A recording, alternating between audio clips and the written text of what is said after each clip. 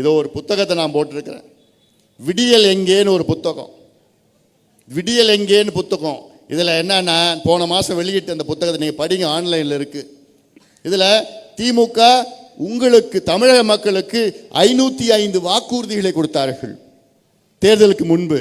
அதில் வெறும் 66 வாக்குறுதிகளை நிறைவேற்றிருக்கின்றார்கள். வெறும் 66. ஆக மொத்தம் பார்த்தீங்கன்னா மொத்தம் 13% வாக்குறுதிகளை மட்டும்தான் நிறைவேற்றிருக்கிறாங்க. வெறும் 13%.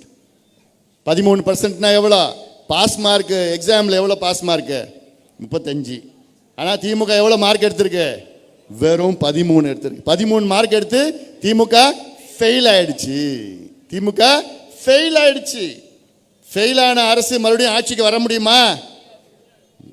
போ, கிளம்பு, வீட்டுக்கு போ, வீட்டுக்கு போ. நீ ஃபெயில் ஆயிட்டையா? நீ ஆட்சி செய்யறதுக்கு உனக்கு தகுதி கிடையாது, உனக்கு திறமை கிடையாது, தகுதி கிடையாது, எதுவும் தெரியாது. அதனால தான் வெறும் 13 மார்க் எடுத்திருக்கு திமுக. இது சும்மா நான் சொல்லலை, புத்தகத்தில் இருக்கு, தெளிவாக இருக்கு. இதில் ஒரு பாலம், உடஞ்சி போன பாலம் கவரில் போட்டிருக்க படம். இங்கே கொள்ளிடத்தில் கொஞ்ச நாளுக்கு முன்னாடி உடஞ்சி போச்சு ஒரு பாலம், 7 கோடியில் கட்டி உடஞ்சி போச்சு இல்லை? அதே போல ஒரு பாலம் தண்டராம்பட்டில் திருவண்ணாமலையில் நம்முடைய எத்துராஜுலு வஜ்ரவேலு என்கின்ற ஏவா வேலு கட்டின பாலம். அது திருவண்ணாமலையில் 16 கோடியில் கட்டினார் 3 மாதம். ஆக இந்த பாலம் போன்று தான் திமுக. தரமற்ற பாலம், தரமற்ற திமுக, தரமற்ற அரசு, தகுதியற்ற அரசு திமுக அரசு. இதை அகற்றுங்கள், தூக்கி எறியுங்கள். ஒரு புரட்சி நடக்கணும். இந்த புரட்சினா இப்போ சமீபத்தில் நேபாள் நாட்டில் நடந்தது பார்த்தீங்களா? 2 வாரத்துக்கு முன்பு நேபாளில் ஒரு புரட்சி, ஆட்சி மாற்றம் நடந்தது. ஆனால் செய்த விதம் தவறு. வன்முறையில் ஈடுபட்டாங்க, தவறு. ஆனால் செய்கின்ற காலம், ஏன்னா நேபாள் அரசு ஊழல் செய்கின்ற அரசா இருந்தது. அங்கே எல்லாமே ஜெனரேஷன் ஜி, இவங்க தான் எல்லாம் ஒன்னா சேர்ந்து எங்களுக்கு ஆட்சி மாற்றம் வேண்டும் என்று உங்களை போன்ற என் தம்பிகளும் என் தங்கைகளும் அங்கே நேபாளிலே ஆட்சி மாற்றம். உங்களால் தமிழ்நாட்டில் செய்ய முடியாதா? செய்ய முடியும். கடந்த ஆண்டு பங்களாதேஷில் நடந்தது. இதே ஜென் ஜி அங்கே ஒரு போராட்டம் பண்ணாங்க, ஆர்ப்பாட்டம் பண்ணாங்க, அங்கேயும் வன்முறை நடந்தது. ஆனால் அங்கே ஆட்சி மாற்றம் நடந்தது. 2 ஆண்டுகளுக்கு முன்பு இலங்கையிலே ஒரு ஆட்சி மாற்றம் நடந்தது. இதே இளைஞர்கள் அங்கே ஆட்சி மாற்றம் செய்தார்கள். ஆக இலங்கையிலே நடந்தது ஆட்சி மாற்றம் இளைஞர்களால், பங்களாதேஷில் நடந்தது, நேபாள் நடந்தது, உங்களை போன்ற இளைஞர்களால் நடந்தது. உங்களால் செய்ய முடியாதா? நிச்சயமாக செய்ய முடியும். நீங்கள் மனது வைத்தீர்கள் என்றால் தமிழ்நாட்டிலே ஒரு ஆட்சி மாற்றம் வர வேண்டும். இந்த ஊழல் ஆட்சி, தகுதியற்ற ஆட்சி, திறமையற்ற ஆட்சி, மக்கள் விரோத ஆட்சி, பெண்களுக்கு எதிரான ஆட்சியை. பெண்கள்லாம் எனக்கு முன்னாடி ஒரு தங்கச்சி பேசினாங்க பாரு, என்னன்னு, எங்களுக்கெல்லாம் பயமாக இருக்குது, வெளியில் போகிறதுக்கு, ரோடுக்கு போகிறதுக்கு பயமாக இருக்குது, படிக்க போகிறதுக்கு பயமாக இருக்குது, வேலைக்கு போகிறதுக்கு பயமாக இருக்குது, காலேஜுக்கு போகிறதுக்கு பயமாக இருக்குது. பயம்.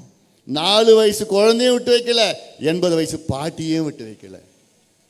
80 வயசு பாட்டியும் விட்டு வைக்கல. ஏன்? போதையில் இருக்கிறான். குடிக்கிறது மட்டும் இல்லை, அது குடிக்கு மேலே கஞ்சா, அந்த பவுடரு, ஊசி பவுடரு, மாத்திரை, என்னென்ன கிடைக்குது எல்லாம் போட்டுக்கிட்டு மிருகமாக மாறிடுறான். மிருகமாக மாறினானா அவனே யாருன்னு தெரியாது, அவனுக்கு தெரியல. இதுதான் தமிழ்நாட்டினுடைய அன்றாட நிலை. இது கேடுகட்ட ஆட்சியா.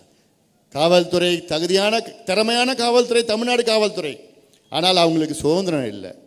அப்படி கஞ்சா விற்கிறவன் யாராவது பிடிச்சாங்கன்னா, போதை மாத்திரை விற்கிறவன் பிடிச்சாங்கன்னா உடனே திமுககாரன் ஃபோன் பண்ணிடுறான், ஐயோ நம்ம ஆளையா விட்டுடுயா.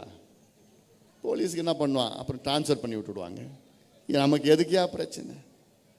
விற்கிறதும் திமுககாரங்க தான், எல்லாத்தையும் வைக்கிறதும் திமுககாரன் தான், நாசம் பண்ணிட்டு இருக்கிறாங்க. அதனால இதையெல்லாம் நீங்கள் ஒரு முடிவு கட்ட வேண்டும். அதற்கு நீங்கள் தயாராக வாருங்கள். பெண்களே, தாய்மார்கள், பெற்றோர்கள், இளைஞர்கள், விவசாய பெருமக்கள், அரசு ஊழியர்களே, வரிஞ்சு கட்டிட்டு கடந்த தேர்தலில் போய் விடுவிடா பிரச்சாரம் பண்ணீங்கல்ல, அரசு ஊழியர்கள் விடுவிடா போய் திமுக தான் வரணும் பிரச்சாரம் பண்ணீங்க. பட்ட நாமம் போட்டார் ஸ்டாலின், பட்ட நாமம். நீங்கள் கேட்டது என்ன? பழைய ஓய்வூதியத்தை கேட்டீங்க. என்னை பொறுத்த வரைக்கும் இது சாதாரண ஒரு பிரச்சனை. சாதாரண பிரச்சனை நான் ஏன் சொல்கிறேன்னா, இந்தியாவில் 7 மாநிலங்களில் அந்த பழைய ஓய்வூதியத்தை அவர்கள் கொடுத்திருக்கின்றார்கள் அவருடைய அரசு ஊழியர்களுக்கு. தமிழ்நாட்டை விட நிதி நிலைமை மோசமாக இருக்கின்ற மாநிலங்கள் 7 மாநிலமும். அவங்களே பழைய ஓய்வூதியத்தை கொடுத்துருக்குறாங்க, உங்களால் கொடுக்க முடியாதா? ஆனால் மனசு இல்லை அவருக்கு. மனசு மட்டும் இல்லை, தெரியல, அடிப்படையில் தெரியல. தெரியாதவங்கெல்லாம் போய் நீங்கள் ஆட்சியில் வச்சுருக்கீங்களே.